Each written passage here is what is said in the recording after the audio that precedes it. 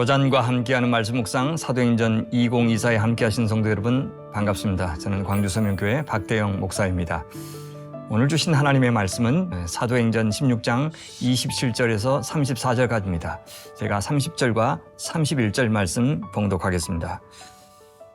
그들을 데리고 나가 이르되 선생들이여 내가 어떻게 하여야 구원을 받으리까 하거늘 이르되 주 예수를 믿으라 그리하면 너와 내 집이 구원을 받으리라 하고 아멘. 지진이 일어났습니다. 근데 참 이상한 지진이었습니다. 아니, 감옥문을 열게 하는 지진이었고 수갑이 풀리게 하는 지진이었습니다. 바울과 실라에게만 그렇게 된 것이 아니라 다른 모든 죄수들의 착고도 다 풀렸습니다. 우선 그 지진에 감옥을 지키고 있었던 간수가 자다가 깼습니다. 옥문이 열려 있는 것을 봤어요. 당연히 죄수들이 다 도망했을 것이라고 짐작했습니다. 그는 로마 제국의 군인답게 제 검을 들어서 자결하려고 했습니다. 어차피 날이 밝아서 죄수들이 다 도망했다는 거 밝혀지면 관리 책임을 물어서 더욱 비참한 죽음을 피할 수 없을 것이기 때문입니다. 그래서 지금이라도 그냥 명예로운 죽음 택하자 그렇게 한 것입니다. 그것이 로마가 자기 신하를 다루는 태도였습니다. 로마는 자기들에게 쓸모가 있는 동안만 그를 부하로 인정했습니다. 은혜라는 것을 모르는 인정머리 없는 나라가 우리가 사는 이 세상 나라 로마 제국입니다.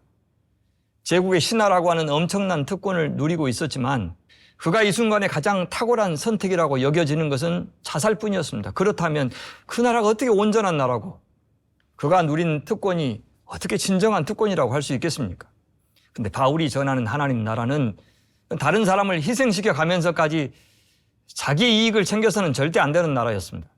그것을 어떻게 보여줍니까? 바울과 실라는 옥문이 열렸지만 금세 도망하지 않았습니다. 그것을 통해서 로마 제국과 자기들이 섬기는 그 하나님의 나라가 얼마나 다른지를 보여주었습니다. 로마의 황제와 우리 예수님이 얼마나 다른지를 보여주었습니다.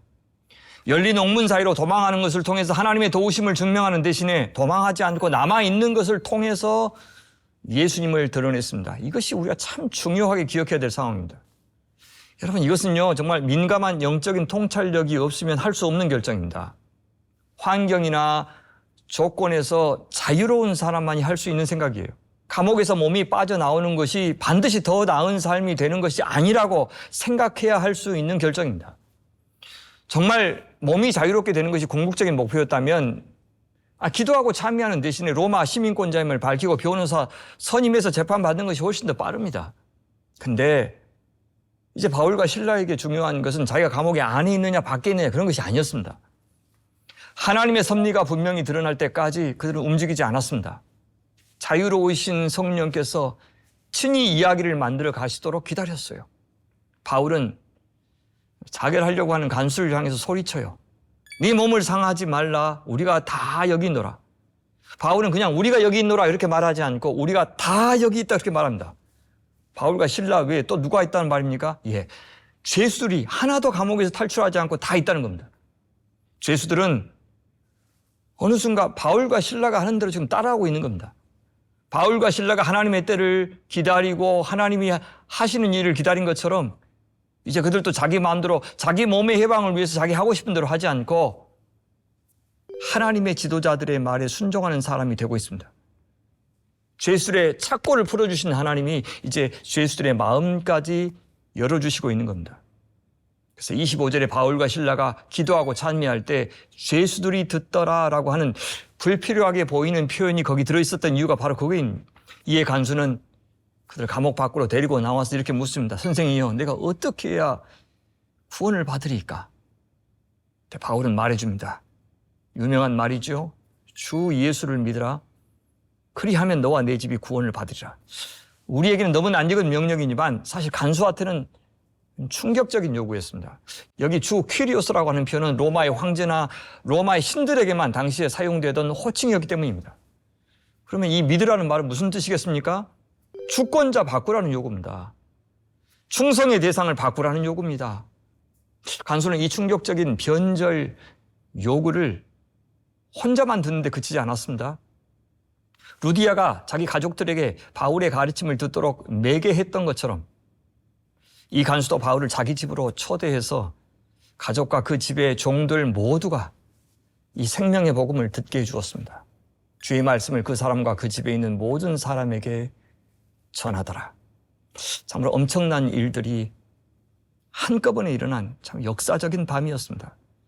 이 완악한 빌립보 사람들의 마음을 도대체 어떻게 뚫을 수 있을지 인간적으로는 몰라서 고민했을 것인데 하나님은 친히 참으로 놀라운 방법으로 기어이 이 일을 해내고 계십니다. 사랑하는 여러분, 우리 한없이 부족하죠. 우리가 참 악하기도 합니다. 또 약하기도 합니다. 그러더라도 부디 하나님께서 자유롭게 죄를 사용하시도록 내어드리는 사람 되기를 바랍니다. 우리의 신분이나 우리의 능력이나 우리의 상황, 그것은 아무 상관이 없습니다. 누가 이 세상에서 참 주권자이신지를 아는 것이 가장 중요합니다. 예수님만을 주권자로 믿으십시다. 나부터 그분께 충성하십시다. 그 주님이 여러분의 가족과 여러분의 교회와 여러분의 나라 반드시 구원하실 것입니다. 그것을 믿고 주님 앞에 충성하는 하나님의 사람들 다 되시기를 간절히 바랍니다. 우리 같이 기도하겠습니다.